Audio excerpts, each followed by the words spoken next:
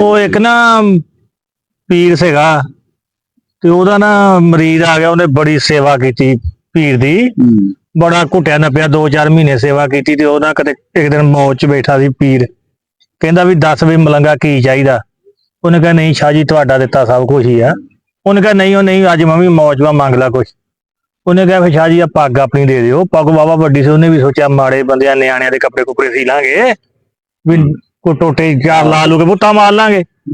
ਤੇ ਉਹਨੇ ਨਾ ਪੱਗ ਆਪਣੀ ਦੇਤੀ, ਉਹਨੇ ਨਾ ਦਵਾ ਦਵ ਭਾਈ ਉਹ ਰੱਖੀ ਆਪਣੇ ਬੈਗ ਜਿਹਾ ਦੇ ਵਿੱਚ ਤੇ ਲੈ ਕੇ ਘਰੇ ਚਲਾ ਗਿਆ। ਉਹ ਜਦੋਂ ਘਰੇ ਜਾ ਕੇ ਨਾ ਉਹਨੇ ਨਾ ਰੋਟੀ ਛੋਟੀ ਖਾ ਕੇ ਦਵਾ ਦਵ ਪੱਗ ਖੋਲੀ, ਉਹਨੇ ਕਿਹਾ ਸਾਰੇ ਨਿਆਣਿਆਂ ਦੇ ਕੱਪੜੇ ਬਣ ਜਾਣੇ ਆ।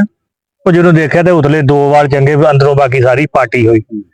ਤੇ ਉਹਨੇ ਅਗਲੇ ਦਿਨ ਪੱਗ ਚੱਕੀ ਤੇ ਉਦਾਂ ਹੀ ਲਿਆ ਕੇ ਸ਼ਾਹ ਜੀ ਉਹਨਾਂ ਕੋਲ ਰੱਖ ਦਿੱਤੀ। ਤੇ ਕਹਿੰਦਾ ਸ਼ਾਹ ਜੀ ਆ ਪੱਗ ਲੈ ਲਓ।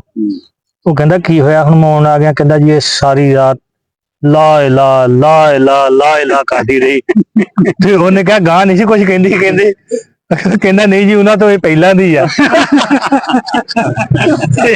ਤੇ ਉਦਾਂ ਅਸੀਂ ਭਾਈ ਨਵੀਆਂ ਹੀ ਬੰਨੀਆਂ ਸਾਡੀ